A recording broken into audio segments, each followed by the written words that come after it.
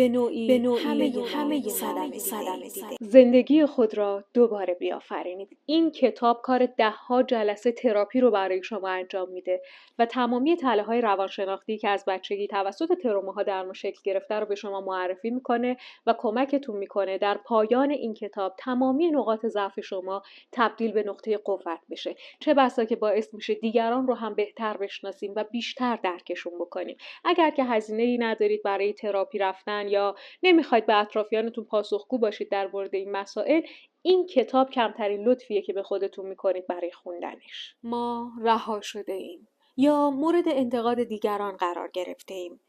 حتی زیادی مراقبت شده ایم. سوء رفتار دیده ایم، کنار گذاشته شده ایم یا محرومیت کشیده ایم. به نوعی همه ما صدمه دیده ایم. در نهایت تله زندگی بخشی از ما می شود.